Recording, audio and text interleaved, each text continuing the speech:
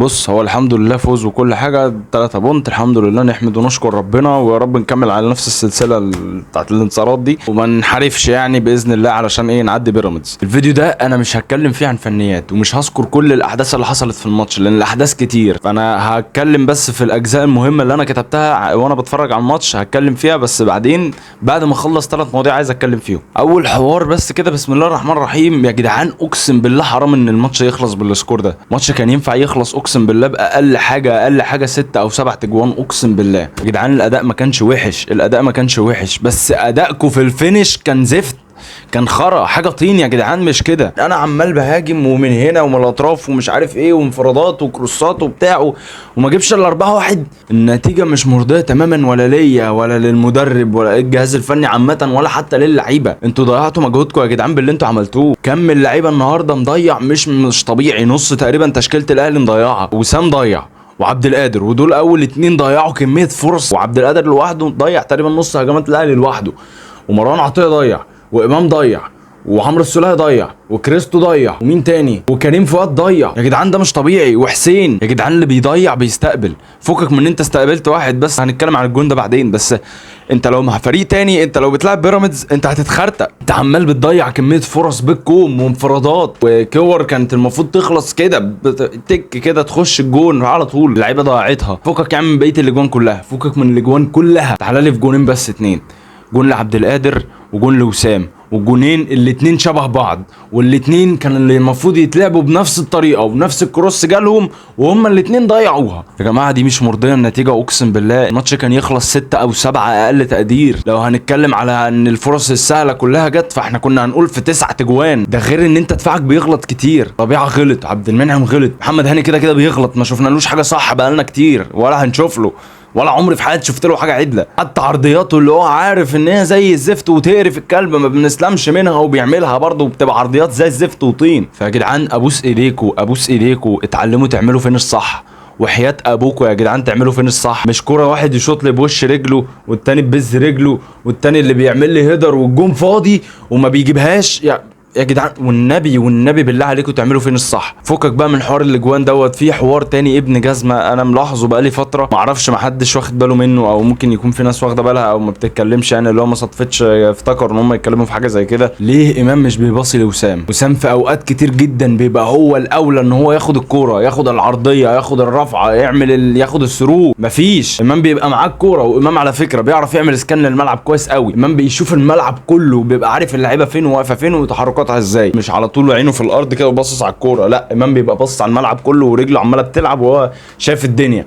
ممكن يبقى باصص هنا ويقوم عامل لك كروس هناك وبتيجي. انا هقول لك بقى ليه امام مش بيباصي لوسام. ليه حضرتك؟ علشان مين صاحب امام في الفرقه؟ كهربا، البيست فريند بتاعه، فاهم؟ ماي نيكست هاف، ماي اذر هاف، فاهم انت؟ صاحب اخويا اللي ما جابتوش امي وابويا، فاهم؟ ده شيء منطقي جدا ان كهربا لما كان بينزل وبيلعب مع امام كان بيقعد يخدم على كهربا بشكل مش طبيعي، ازيد من بقيه اللعيبه اللي موجوده. انما لما وسام يبقى لاعب ويبقى موجود هو وامام، لا حضرتك وسام ما بيشوفش اي كوره من امام. فيا ريت بقى يشوفوا في النادي الاهلي الجهاز الفني يشوف الحوار ده، يدير الحوار ده، يشوف فيه ايه، يفهم كده الدنيا فيها ايه. لان ولا الماتش اللي فات ولا الماتش اللي قبله ولا اللي قبله مفيش يا جدعان، ما بشوفش وسام بياخد كرة من امام خالص، ما بشوفش انفراد لوسام. وسام بيتحرك كويس، وسام اكتر لاعب بيعرف يتحرك كويس في الفرقه. وسام بيتحرك كويس جدا، وده انا لاحظته من اول يوم هو جه فيه. لما جه وقعد يلعب وبتاع لقيت لك ايه ده، ايه التحركات دي؟ انا اول مره اشوف حد بيعمل كده في الاهلي من فتره كبيره. تحركاته تحفه. والمشكله عندنا دايما في النادي الاهلي، اي مهاجم بيجي النادي الاهلي دايما بيتظلم، ودايما ما بيتخدمش عليه صح، وما بيتعملوش عرضيات كويسه، ما بيتعملوش باصات صح، السروهات مش بتروح له، ما بيتشافش، دايما بيتزنق. يا جماعه الشعور ده مش حلو، الشعور ده مش حلو ان انا ابقى شايف ان في لاعب كويس جدا في الفرقه مش راضي يبصيلي علشان انا ما اجيبش جوان، عشان هو عايز صاحبه التاني يجيب جوان. ده مش حلو. وكور تانية بيبقى امام عايز ان هو يجيب جوان فيها وهيقرر ان هو يسدد. يا ابني صعب عليك. لا انا يا عم انا هشوط يا عم مالكش فيه، ومشايطها ومطلعها بره، او شايطها والحارس يشيلها. فكم انانيه مش طبيعي، وكم سواد وصفار جوه كده مش طبيعي. اتمنى ان حد من النادي الاهلي ياخد باله من حاجه زي كده، واتمنى ان امام وسام يعني يتعالج كده ودماغه تنضف شويه. تالت حاجه بس عايز اتكلم عليها قبل ما اخش في مجريات الماتش المهمه بالنسبه لي اللي انا كتبت عنها، يا جماعه ديانج المفروض يشارك، ديانج المفروض يلعب اساسي. ديانج تبديله جه متاخر الماتش اللي فات، وتبديله جه متاخر اكتر الماتش ده. ديانج مظلوم، قلت ده في الفيديو اللي فات وهقوله في الفيديو ده تاني. ديانج راجع بقاله فتره وسليم ومتعافي والدنيا تمام. خلي ديانج يشارك بشكل اساسي، يعني رجع الواد للفورمه تاني، رجع الواد فخليه يفتكر الملعب. الواد عنده حتى روح هجوميه كمان مش بلاقيها عند اكرم وعند مروان. التلاته ما بشوفش فيهم حد بيطلع لقدام وحد بيقعد يعمل دريبل بالكره ويقعد يمشي يمشي يمشي كده الا ديانج. هتستفيد منه في الحته دي. ديانج لما يلاقي ان الدنيا مزنقه ويلاقي ان اللعيبه مش عارفه تطلع ولا مش عارف ايه، هيخش يعمل كثافه عدديه قدام، يكمل هو يقوم يباصي، عامل لعبه كويسه، يخش يجيب جون. فاتمنى تاني ان ديانج يشارك بشكل اساسي مع النادي الاهلي علشان يرجع لفورمته تاني، عشان انت حضرتك تبقى مستفيد بان في 3 خط نص، التلاتة احسن من بعض. مروان عطيه كويس، اكرم توفيق كويس، ديانج كويس، وعندك ديانج عنده الحته الهجوميه اللي انا قلت عليها في اول الموضوع. وغير كده كمان جسم بسم الله ما شاء الله، ما حدش بيعرف يلتحم معاه لما بيعمل دريبلينج على الكوره كده ويكمل وبتاع، ما حدش بيعرف يخش عليه بسبب جسمه. بكتف واحد بس بيطير العيال ما شاء الله عليه يعني، فتستفيد من حاجه زي كده. انا كده خلصت كلام على اول 3 حاجات مهمه انا كنت عايز اتكلم فيهم. نبتدي بقى نخش في مجريات الماتش. هذكر الحاجات المهمه بس اللي انا كتبتها، لان في احداث كتيره جدا انا مش هتكلم فيها كلها، وتسديدات كتيره ومش عارف ايه. مش هقدر اقول لك بقى في الدقيقه كذا كان في كذا وفي الدقيقه كذا مش عارف ايه. اول حاجه مهمه بالنسبه لي العرضيه بتاعت حسين، كانت في الدقيقه 7 في ثانيه 52 وعبد القادر ضيعها، اللي هي كانت المفروض ان هي تتشاط كده بس تتركن كده ببطن الرجل، عملها بوش رجله مخرجه بره كأنه بيلعب ضدنا. الدقيقه 13 اللي بدات بعبد القادر كوره كانت تسلل 100%، ما حدش اعترض عليها خالص، لما اكتشفوها في الفار ما حدش اتكلم. في الدقيقه 19 كان في تسديده كويسه من امام عاشور، يليها في الدقيقه 21 شوطه كده رزعه من كريم فؤاد، من رزعات كريم فؤاد بس ما جاتش. في الدقيقه 22 عمرو السوليه قال لك انا كريستيانو سوليه، قام عامل لك مقصه مطلعها بره.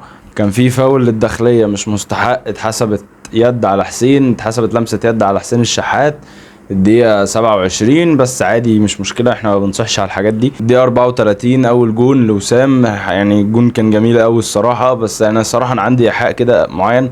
أنا اتفرجت على الجون ده عدته كذا مرة وهو اتعاد في التلفزيون كذا مرة، بس أنا مش عارف ليه حاسس إن وسام يعني جاب الجون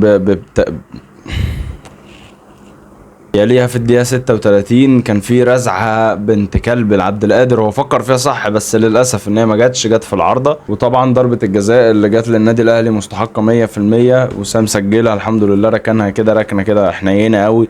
معلم والله الواد رايق والله العظيم، بس انا صعبان عليا الفرص اللي هو ضيعها طول الماتش دي. وكان في احتفال بقى انا مش فاهم، راح عملوا كده، يعني هم عملوا كده والكادر اتغير لقيتهم بيعملوا كده، فانا مش عارف يعني انت تقصد صوروها مثلا لقطه جامده يعني الجون جامد اللي ركنها بشكل رايق، ولا انت بتعمل كده عشان كهربا ولا انا مش عارف. في الدقيقه بقى 43 وسام ضيع نفس الكوره اللي جت لاحمد عبد القادر في الدقيقه 7 و52 ثانيه. انا بص انا كاتب كوره في الدقيقه 49 حسين عمل عرضيه وعبد القادر ضيعها كالعاده. ضمن الفرص اللي ضايعه في الدقيقه 52 حسين قطع الكوره راح متسلمها لامام، قام شايطها في نص الجون. في الدقيقه 55 تسديده من عمرو ملهاش اي 30 لازمه. جه فاول برده في الدقيقه 57 فاول حسين لعبها لامام واداها لمروان شاطها بره. تالت جون بتاع امام كان كويس، كان شكله حلو قوي. من الدقيقه 59 لحد الدقيقه 65 كان في تسديدات بالكوم للاهلي ضايعه. اخر النقط بقى اللي انا كتبتها كده اقولها لك سريعا. في الدقيقه 74 امام ضيع انفراد، الدقيقه 77 يد لينا ما اتحسبش، الدقيقه 84 عبد القادر ضيع عرضيه كريستو، الدقيقه 89 قطعنا كوره وقادر ضيعها. جينا في الدقيقه 90 جون دخل فينا ملوش اي 30 لازمه من حارس خرم واقف في الجون، لو موقفين عيل صغير كان شالها في بره، يعني اقف بره ولعب شوبير عنده حته ان هو ايه، انا هخش على الكوره بجسمي كله، ما انا ما يهمنيش بقى الكوره دي لو فوق العارضه بشويه وانا هي بره انا مش هستناها اتاكد انها بره، انا هطلع اتاكد بنفسي المسها بايدي. طلعت بقى اتحسبت عليها كورنر مش مهم، المهم ان انا ما سبتهاش احس كده جوه نفسي ان هي ممكن 1% تخش جوني، لا ما انا مش هخليها تخش جوني ومش هحس الاحساس ده، انا هخرجها بنفسي. فشناوي خلاص انا يا عم انت على عيني وعلى راسي يا عم شناوي، وحفظ المقامات برضو انا تمام، بس بس خلاص انت مش الحضري. اصلا مش كل اللي هيبقى كبير يعني هيعرف ينط على الكوره، هيعرف ينط كده على الكوره بجسمه. انت مش الحضري. الحضري كان بسنه الكبير حاجه و40 سنه كان بينط على الكوره عادي، فاهم؟ عادي، ما كانش عنده مانع. فانت سنك كبر، سنك كبر. حتى انتوا يا جدعان لو جيتوا مثلا فتحتوا ستوريات النادي الاهلي، شفتوا تمرينة الحراس واتفرجتوا على الفرق ما بين الشناوي وشوبير في تمرينه معينه بالكوره بتتشاط عليهم في حته معينه، بص على حركه الشناوي وبص على حركه شوبير. شوبير اسرع من الشناوي في اجزاء من الثانيه. وانا دي انا لاحظتها كتير على فكره. انا بشوف ستوريات الحراس دي كتير جدا على فكره. ممكن ما اشوفش ستوريات الاهلي يعني كلها، الا يعني لو في حاجات مهمه بيانات او حاجه زي كده. بس ستوريات الحراس دي انا والله ببقى بفتح ممكن كل شويه عشان اشوفها، عشان اشوف تمرينة الاتنين عامله ازاي. وفعلا بيبقى شوبير اسرع من الشناوي. فاتمنى يعني اللقاءات المهمه الشناوي ما يكونش موجود فيها. دي انا حاجه الصراحه انا اتمناها. ادي الثقه لشوبير اكتر، خليه يجي في اللقاءات بقى المهمه. الحمد لله يعني ختموها كان مسك. في الدقيقه 92 بقى الجون لامام باسيست من عمر كمال كان كويس جدا. والحمد لله والحمد لله على السلامه عمر كمال. وباذن الله يكمل في التشكيله ويفضل يلعب باك شمال، علشان كريم فؤاد بالنسبه لي مش هينفع. خلاص الواد اجتهد وعمل اللي عليه بالزياده، وخلاص مفيش اي حاجه تانية ممكن يقدمها في الحبه دول. يعني يا ريت يريح بقى، ياخد راحه، لان هو ماتشات كتير جدا لعبها. يقعد بقى يستريح شويه كده، وما يرجع يلعب بقى في مركزه الاساسي. وبس دي الاحداث المهمه اللي حصلت في ماتش النهارده. اشوفكم الماتش الجاي. السلام عليكم. او لو حصل اي حاجه اليومين اللي جايين دول، سمعنا نوش كده ولا كده بتاع، نطلع نتكلم عليه عادي. انا بطلع اتكلم في اي وقت، القناه بتاعتي والموبايل بتاعي باي باي.